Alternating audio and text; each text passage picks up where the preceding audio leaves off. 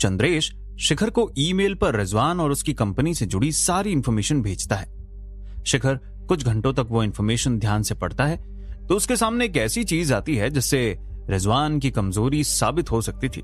शिखर ने पाया कि उसके हाथ एक ऐसी चीज लग गई थी जिसके इस्तेमाल से वो रिजवान एंटरप्राइजेस को जमीन पर पहुंचा सकता था। रिजवान एंटरप्राइजेस के अकाउंट्स की इंफॉर्मेशन देखकर शिखर को पता चलता है कि टैक्स की चोरी हो रही थी। बस ये टैक्स की चोरी कैसे हो रही थी इसके बारे में अगर कुछ पता चल पाता तो शिखर इसको रिजवान के खिलाफ इस्तेमाल कर सकता था। लेकिन रिजवान एंटरप्राइजेस आखिर एक बड़ी कंपनी थी, उनकी जांच करना इतना आसान नहीं होने वाला था। शिखर को डर था कि वो सिर्फ अपनी ताकत इस्तेमाल करके रिजवान एंटरप्राइजेस को ज्यादा चोट नहीं पहुंचा सकता था। शिखर समझ नहीं पा रहा था कि उसे ऐसे वक्त में क्या करना चाहिए। बहुत देर तक सोचने के बाद उसे अचानक एक रोशनी की किरण दिखाई दी और उसने ईमेल में फिर से इंफॉर्मेशन खोल दी। रिजवान की राइवल कंपनीज को देखकर शिखर को पता लगा कि रिजवान के और भी बहुत से दुश्मन थे, लेकिन रिजवान की ताकत की बराबरी का सिर्फ एक था, जिंदल ग्रुप का बॉस आश्रय। इंफॉर्मेशन के मुताबिक आश्रय और रिजवान बहुत सालों से दुश्मन थे और एक दूसरे को खत्म करना चाहते थे, पर कोई अभी तक एक दूसरे पर जीत हासिल नहीं कर पाया था। बिजनेस की दुनिया में ये आपस में लड़ते हैं।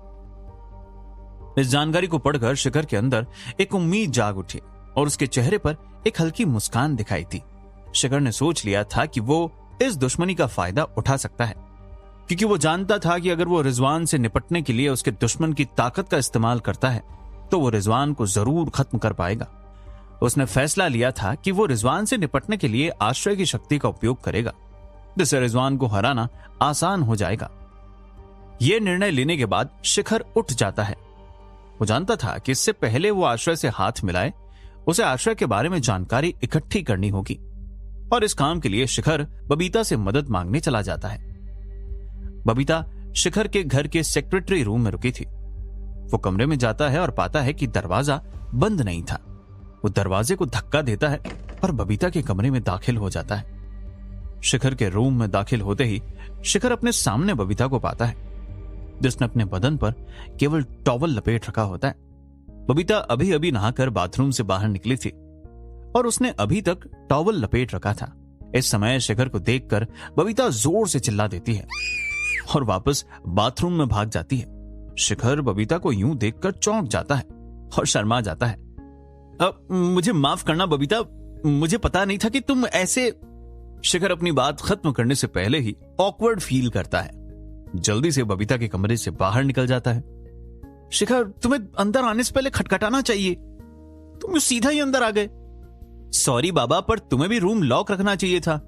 मेरे दिमाग में तो पता नहीं क्या क्या चल रहा था, तो मैं नॉक करना ही भूल गया था, शिखर ने अपनी सफाई में कहा।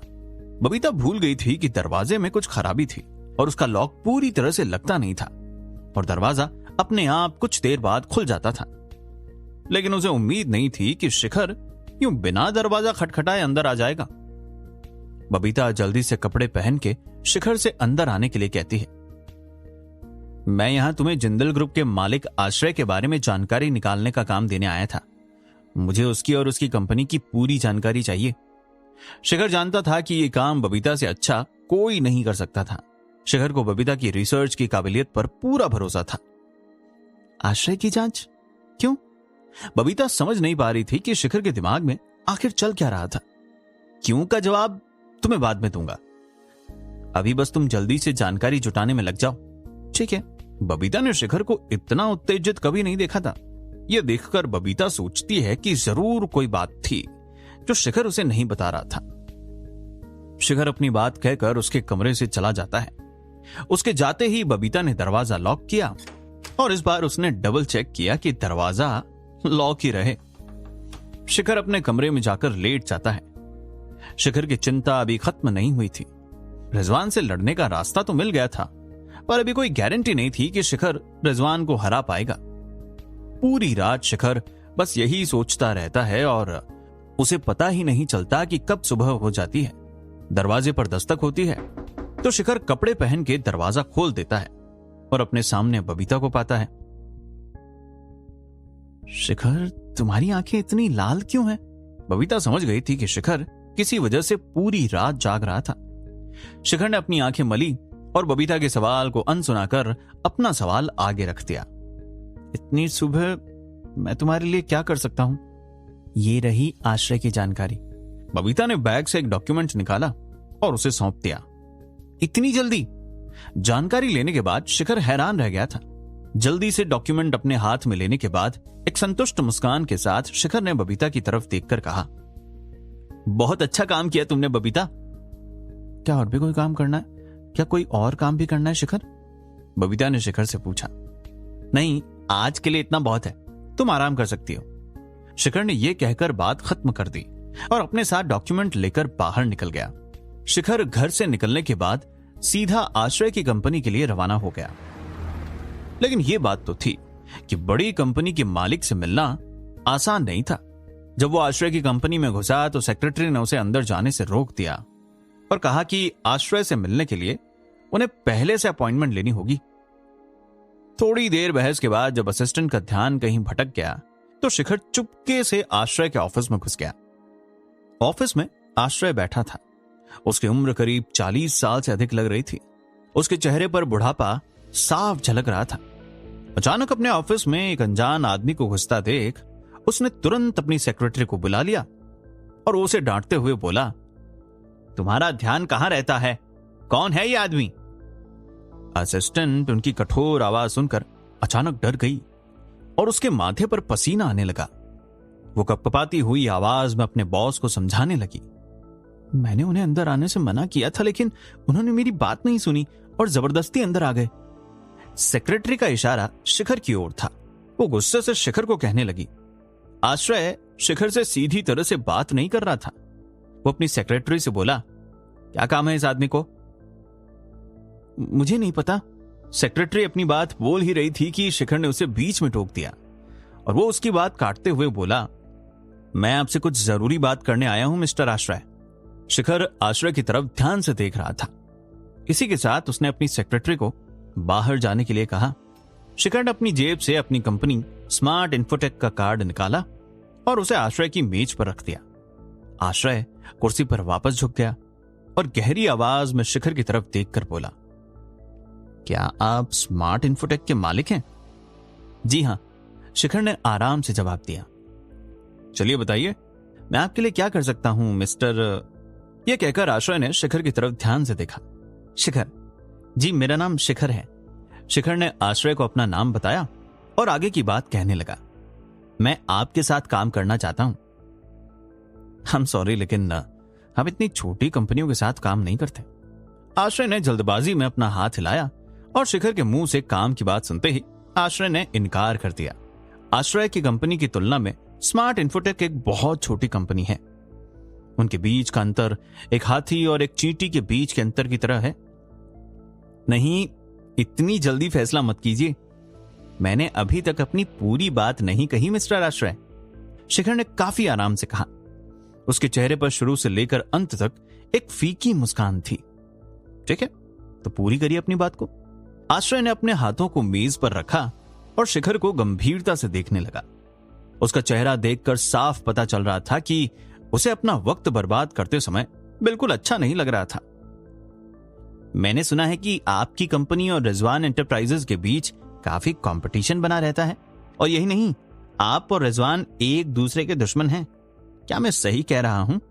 तुम्हारी बात का क्या मतलब है मिस्टर शिखर? अचानक शिखर की बात सुनते ही आश्रय के चेहरे पर बदलाव नजर आने लगे। मिस्टर आश्रय, क्या आप रिजवान को बर्बाद करने का सपना देखते हैं? शिखर ने सीधी तरह से अपनी बात कह दी। क्या तुम्हें नहीं लगता कि इस बात का तुमसे कोई लेना देना नहीं है? आश्रय कठोर आवाज में बोला। मिस्टर आश्रय, आपको समझना चाहिए कि दुश्मन का दुश्मन दोस्त होता है। शिखर ने आश्रय की आंखों में ध्यान से देखा और कहा, मुझे लगता है मुझे समझ में आ गया। आश्रय ने अपना शरीर कुर्सी पर टिका दिया और शिखर की तरफ देखते हुए बोला, तुम्हारा रिजवान से झगड़ा है, इसलिए मैं रिजवान को अपने हाथ से मारना चाहता हूं। आप तो बहुत बुद्धिमान निकले मिस्टर आश्रय, मिलते हैं। शिखर ने हंसते हुए कहा, रिजवान मुझे हराना चाहता है, लेकिन मैं अपनी अकेले की ताकत से रिजवान से नहीं लड़ सकता, इसलिए मैंने आपके बारे में पता करवाया। मुझे उम्मीद है कि हम रिजवान के खिलाफ लड़ने के लिए एकजुट हो सकते हैं। मेरे पास रिजवान से निपटने का अपना तरीका है, मुझे तुम्हारे साथ काम करने की जरूरत नहीं है। आश्रय ने शेखर की बात सुनते ही मना कर दिया। अपनी कंपनी की ताकत के साथ उसे एक छोटी कंपनी के छोटे मालिक के साथ सहयोग करने की आवश्यकता नहीं है। मिस्टर आश्रय, मुझे लगता है कि आप ये बात सबसे बेहतर समझते हैं कि आपकी कंपनी और रिजवान की ताकत में ज्यादा अंतर नहीं है और आप दोनों में से कोई भी किसी को नष्ट नहीं कर सकता है। लेकिन अगर आप अपनी ताकत को बढ़ाते हैं तो बहुत कुछ बदल सकता है। शिखर आश्रय की सोच के एक कदम आगे था। वो पहले से जानता था कि वो किस तरह आश्रय को अपने साथ काम करने के लिए मनाने वाला है। मिस्टर शिखर, बेहतर यही होगा कि तुम शांत रहो, मैं तुम्हारे साथ काम नहीं करूंगा। आश्रय ने यह कहते हुए बात को वहीं खत्म कर दिया और शिखर को उसके ऑफिस से बाहर जाने का इशारा किया। मिस्टर शिखर, तुम्हारी बात खत्म हो चुकी हो तो तुम यहां से जा सकते हो। शिखर का जाने का इरादा नहीं था। आश्रय के पास आकर उसने अपनी आवाज धीमी करते हुए कहा, मेरा सुझाव है कि मिस्टर आश्रय, आप इस बारे में फिर से सोचें। तुम्हें इसके बारे में सोचने की जरूरत नहीं है, तुम जा सकते हो। सेक्रेटरी, इसे बाहर निकालो। आश्रय ने सेक्रेटरी को इशारा किया। मैंने सुना है कि आप हाल ही में पुणे गए थे, शिखर ने एक शरारती मुस्कान के साथ कहा। तुम कहना क्या चाहते हो? आश्रय हिचकिचा गया। इसके बाद शिखर ने आश्रय को बताया कि वो ये बात जानता है कि आश्रय का पुणे में एक लड़की के साथ अफेयर चल रहा था और ये भी कि इसकी जानकारी उसकी पत्नी को नहीं है। मेरी जासूसी करने की हिम्मत कैसे हुई? आश्रय का शरीर कांपने लगा और उसका पूरा शरीर क्रोध से भर गया। शिखर ने बड़े ही शांत अंदाज से जवाब दिया, केवल जब आप अपने दुश्मन को अच्छे से जानते हैं तभी आप 100 युद्ध जीत सकते हैं। तुम आखिर चाहते क्या हो? आश्रय ने अपने सर पर हाथ फेरते हुए कहा। वो शिखर की इन बातों से परेशान हो गया था। जैसा कि मैंने कहा, मैं तुम्हारा दुश्मन नहीं बनना चाहता, मैं सिर्फ तुम्हारा साथी बनना चाहता हूं। शिखर ने आश्रय को समझाने की कोशिश की कि एक दूसरे के साथ वो रिजवान को आराम से हरा पाएंगे और जब शिखर और आश्रय का मकसद एक था तो उन्हें अपने रास्ते अलग रखने की जरूरत नहीं थी। शिखर की बोली इस बात को लेकर आश्रय सोच में पड़ गया था। वो जानता था कि शिखर सही कह रहा है और अगर उसे रिजवान को खत्म करना है तो उसके लिए शिखर से अच्छा आदमी नहीं मिल सकता था। हालांकि एक बात थी जो आश्रय को परेशान कर रही थी कि क्या शिखर के बारे में बिना कुछ जाने वो शिखर पर भरोसा कर सकता था?